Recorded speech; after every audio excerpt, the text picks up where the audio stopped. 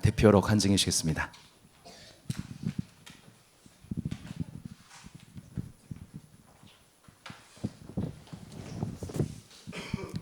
메리 크리스마스. 오늘같이 특별한 날에 함께 이야기를 나눌 수 있음에 감사드립니다. 오늘은 제가 하나님을 믿을 수밖에 없었던 이유, 그리고 하나님을 믿고 난 뒤 생긴 삶의 변화에 대해 짧게 이야기를 나누고자 합니다. 저는 신앙이 있는 가정 환경에서 자라지 않았고, 또 굳이 신앙을 갖고 하나님을 만나야 한다고 생각하지도 않았습니다.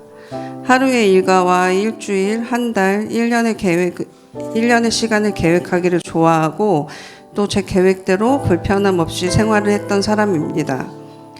4살이 되던 큰아이가 뜬금없이 천국은 있냐고 물었습니다.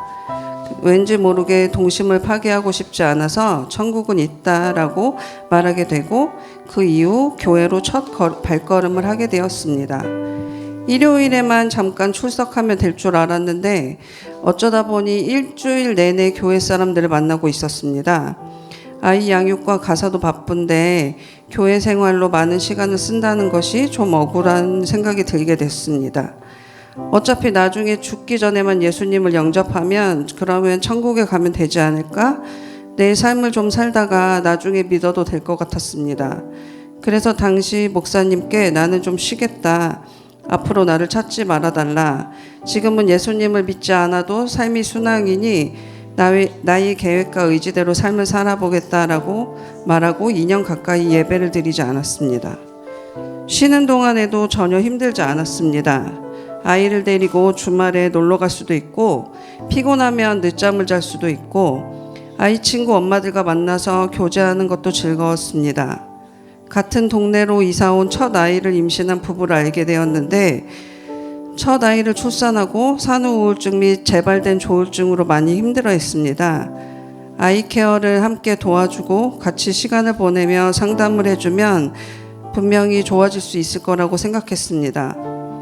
저의 계획은 그랬습니다. 그런데도 이 친구는 많이 무너져 갔고, 결국엔 100일도 안 된 아기를 두고 폐쇄병동에 입원하게 되었습니다.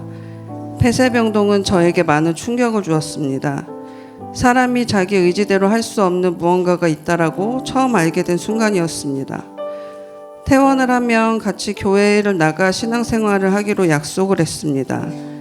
그 친구를 입원시킨 날이 금요일이었는데, 그날 저녁 저는 앞으로 나를 찾지 말라고 선포한 교회에 나가게 되었습니다.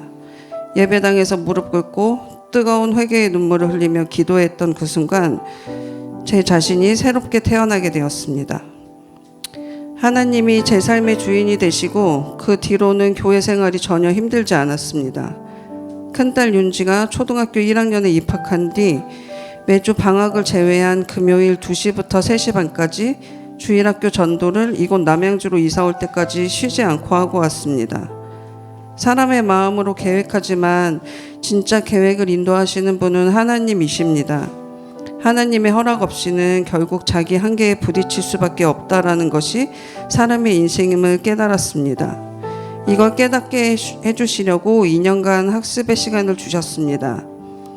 정들었던 첫 번째 교회에서의 생활을 정리하고 생소한 지역 남양주로 이사를 온 지 4년 차입니다. 이제는 따스한 교회에 정착하여 또 새로운 이웃과 지체들을 만나며 생활하고 있습니다. 다산동에 이사와 첫 교제를 하게 된 이웃이 있습니다.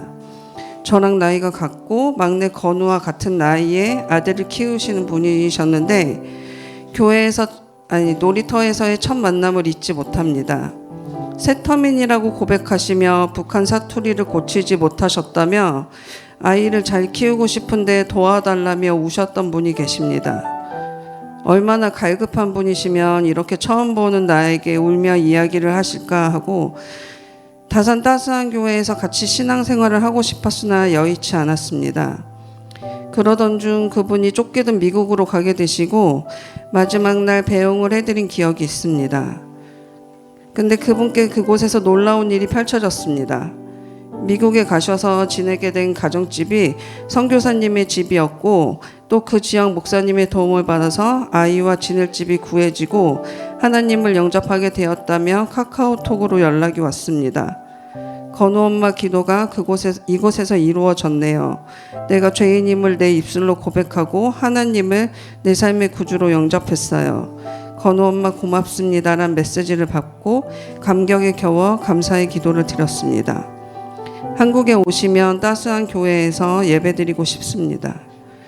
함께 신앙생활을 하고 싶어서 수요 예배에 데려갔던 정하율 성도, 그리고 그 가정과 함께 따스한 가족이 되어 예배드리고 있음이 너무 감사합니다.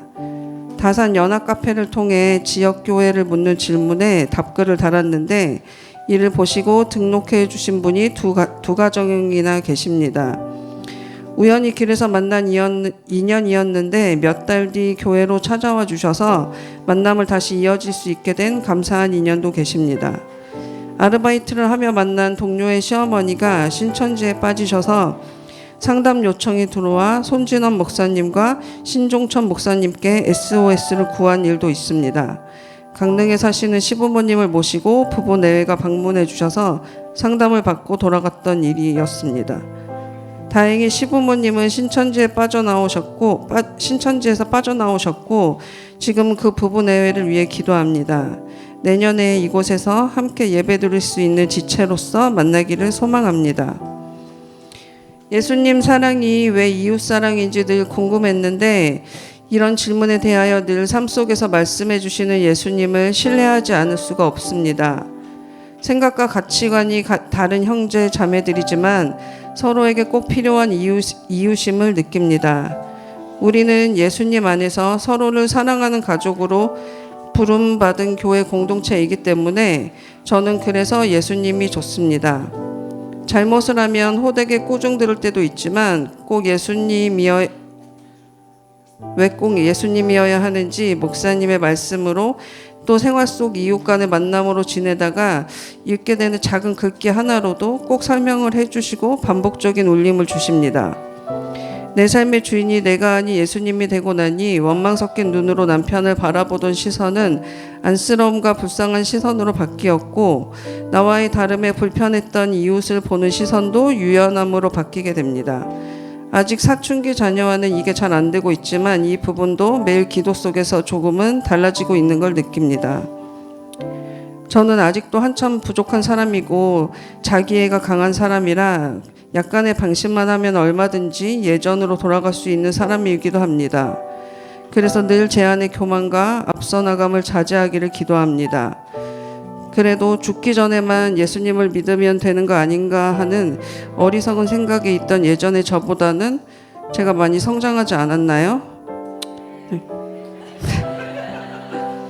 죽은 후만이 아니라 지금 이 땅에 있는 동안에도 천국을 누리도록 이 땅에 오신 예수님의 생일을 축하드리며 우리가 사는 이곳에서 충만한 예수님의 사랑을 누리시고 이웃에게 전해주시는 성탄절과 2024년이 되시기를 바라겠습니다.